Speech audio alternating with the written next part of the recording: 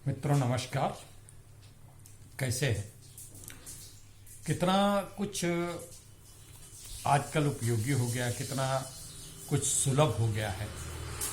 हम पूरी दुनिया में एक कमरे के कोने में बैठ करके एक कंप्यूटर की क्लिक पर हर दुनिया का हालचाल जान लेते हैं। दूरदर्शन पे बैठ करके, टेलीविज़न पे बैठ करके हम सब कुछ आजकल पूरी दुनिया एक सिमट कर एक कमरे, बल्कि एक उंगली की टिप के ऊपर, एक अंगूठे की क्लिप के ऊपर आ गई है। बस कितना डिजिटलाइजेशन हो गया, कितना इलेक्ट्रॉनिक हो गया। मित्रों, बहुत पहले जब कभी आकाशवाणी आई थी तो आकाशवाणी से दूर हम रेडियो सुनते थे। रेडियो एक बहुत बड़ा महत्वपूर्ण चीज़ थी। रेडियो घर घर था। अब रेडियो मोबाइल पे आ गया। मोबाइल पे हम बहुत सूचना क्रांति में अभूतपूर्व परिवर्तन हुआ है। आज मित्रों वर्ल्ड टेलीविज़न डे है। वर्ल्ड टेलीविज़न डे पे आज हम आपको कुछ जानकारियां देंगे। सबसे पहले 26 जनवरी 1926 को एक परिकल्पना ब्रिटेन में कुछ वैज्ञानिकों ने की कि क्यों ना हम यहाँ पर बैठ करके, अपनी जगह पर बैठ करके दूसरी जगह पे हमको देखा जा सके और हम मतलब जो भी कहें वो देखें, सुने, और हमारा नृत्य, हमारा गायन, हमारी बातचीत वो सुने। तो 26 जनवरी 1926 को इस परिकल्पना को साकार करने के लिए लोगों ने प्रयोग करना शुरू किया। एक दो जगह पे वो सफल हुए और टेलीविज़न का आविष्कार माना जाता है कि 26 जनवरी 1926 को हुआ। फिर इसके बाद 3 सितंबर 1928 को इसका विधिवत ब्रिटेन में प्रसारण होने लगा। बहुत कम जगहों पे ब्लैक एंड वाइट में, और बड़ी ही आज की दृष्टि से देखा जाए तो बहुत ही पिछड़ेपन में, लेकिन उस समय की दृष्टि से देखा जाए वो अभूतपूर्व क्रांति थी लोगों के अंदर। जो भारत के लोग सुनते थे कि लोग अपने घर बैठे टेलीविज़न के ऊपर नृत्य, नाटक और ये सब चीज़ देख रहे हैं, तो बड़ा मायूसी होती थी कि हमारे यहाँ नहीं है। और लोगों को तक फिर समाचार उसमें आने लगे। समाचार वैसे दृश्य श्रव्य नहीं आते थे, खाली पढ़े जाने लगे। जैसे आकाशवाणी या रेडियो पे आते थे समाचार, उसी तरीके जैसे उस समय इंटरनेशनल में ब्रॉडकास्टिंग का सबसे बड़ा BBC लंदन था। BBC लंदन के द्वारा, मतलब समाचार, कम्युनिकेशन और संचार क्रांति में लंदन का, इंग्लैंड का बहुत बड़ा हाथ है। इंग्लैंड ने फिर उसको स्थापित करके समाचार भी उस पर प्रसारित किए जाने लगे। धीरे धीरे उस समाचारों के ऊपर कमेंट वगैरह आने जाने लगे। जो हमारे सुदूर भारतीय ब्रिटेन में रहते थे और अमेरिका में रहते थे, उन लोगों को बड़ा लालसा हुई कि ब्रिटेन तो इतना जल्दी, खैर उस पर अमेरिका, रशिया, चीन, इन सब लोगों ने भी अपना प्रयोग किया और सभी इन पर सफल होते गए। लेकिन उसके बाद तो बहुत ज़्यादा उन्नति तकनीक आ गई, उन्नतशील तकनीक आ गई। उसके बाद तकनीक पे बहुत अच्छा काम होता रहा और उस काम का परिणाम ये हुआ कि अब हम लोग मायूस थे। खैर हमारे यहाँ भी सबसे पहले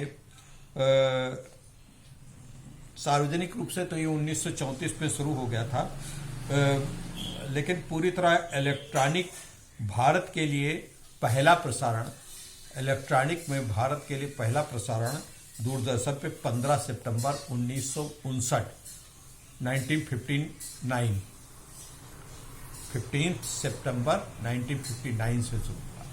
19 सितंबर 1959 को पहला प्रसारण शुरू हुआ और ये प्रायोगिक तौर पे शुरू किया गया।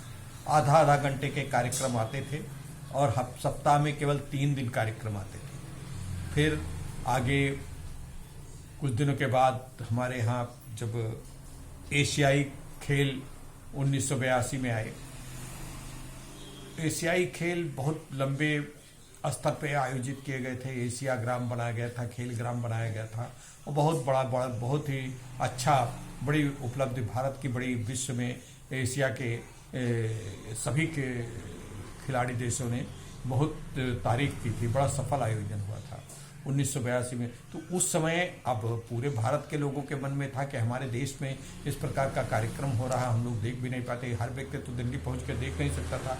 तो उस समय सबसे पहला सार्वजनिक प्रसारण पूरे भारतवर्ष में, उस समय ब्लैक एंड व्हाइट में ही 1982 में टेलीविज़न पे शुरू हुआ। फिर उसके बाद ब्लैक एंड व्हाइट में, और बड़ा कलर बहुत बिरले मुश्किल से 25% के लिए कलर टेलीविजन था। प्रसारण भी शुरू हो गया था कुछ कई जगहों पे, लेकिन ज़्यादातर प्रसारण नहीं हो रहा था। लखनऊ दूरदर्शन या जो प्रदेशों की राजधानियों में दूरदर्शन रिले केंद्र थे सिर्फ, दिल्ली के किया करते थे।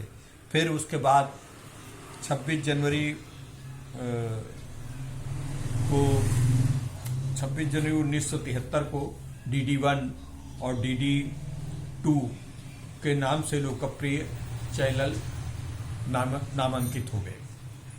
DD2 को बाद में DD मेट्रो कर दिया गया और 1996 से जो है बहुत अच्छा तरीके से प्रसारण होने लगा। और 1996 में पूरे विश्व के लोगों ने इसे 21 सितंबर और 22 सितंबर को दूरदर्शन दिवस यानी वर्ल्ड टेलीविजन डे के रूप में मनाते हैं। मित्रों, एक और बात अब बता दें, 2018 से DD1 और DD न्यूज़ चैनल पर, DD भारती चैनल पर दिव्यांगों के लिए यूनाइटेड नेशन के एक चार्टर्ड के तहत दिव्यांगों के हितकर, विशेषकर मूक बधिर लोगों के लिए भी समाचार प्रसारण करने के लिए निर्देश दिए गए। और तो DD1 और DD न्यूज़ ने तो इसका पालन किया और न्यूज़ शुरू कर दिए। फिर प्रादेशिक चैनलों ने भी इसका शुरू किया, लेकिन प्राइवेट चैनल जो थे वो अपनी एकाधिकार बनाए रहे।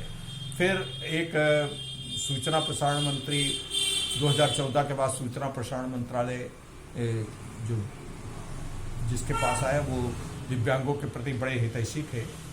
उन्होंने दिव्यांग समाचारों को प्रसारित करने के लिए एक संकल्प रखा और विश्व में ऑस्ट्रेलिया के बाद और ये जापान के बाद, ऑस्ट्रेलिया जापान के बाद भारत ही एक पहला ऐसा देश। तो अमेरिका में भी दिव्यांगों से संबंधित समाचार कोई प्रसारित नहीं होते, न ब्रिटेन में भी होते, बल्कि ऑस्ट्रेलिया और कई जगहों पर इसके प्रसारण शुरू किए गए। और इन प्रसारणों को शुरू करने से बहुत अच्छा इसका रिस्पांस आया। दूरदर्शन पे दिव्यांगों के लिए, विशेषकर मूक बधिर लोगों के लिए समाचार अब समस्त प्राइवेट चैनल भी, जो निजी चैनल भी हैं, वो भी प्रसारित कर रहे हैं। तो ये मित्रों एक जानकारी थी। और इसके साथ एक मैं प्रेरक वीडियो में आपके लिए सानिध्य कर रहा हूँ कि आपको अपने अंदर से निराशा हटानी चाहिए। उस निराशा को हटाने के लिए भी हम तरह तरह के कुछ न कुछ प्रस्तुत किया करते हैं। आप हमारे चैनल का सब्सक्राइब करते रहें और आप हमारे चैनल पे नियमित रूप से इसके दर्शक बने, और इसको आगे जितना आप बढ़ाएंगे उतना हमारा प्रोत्साहन बढ़ेगा। धन्यवाद मित्रों, नमस्कार।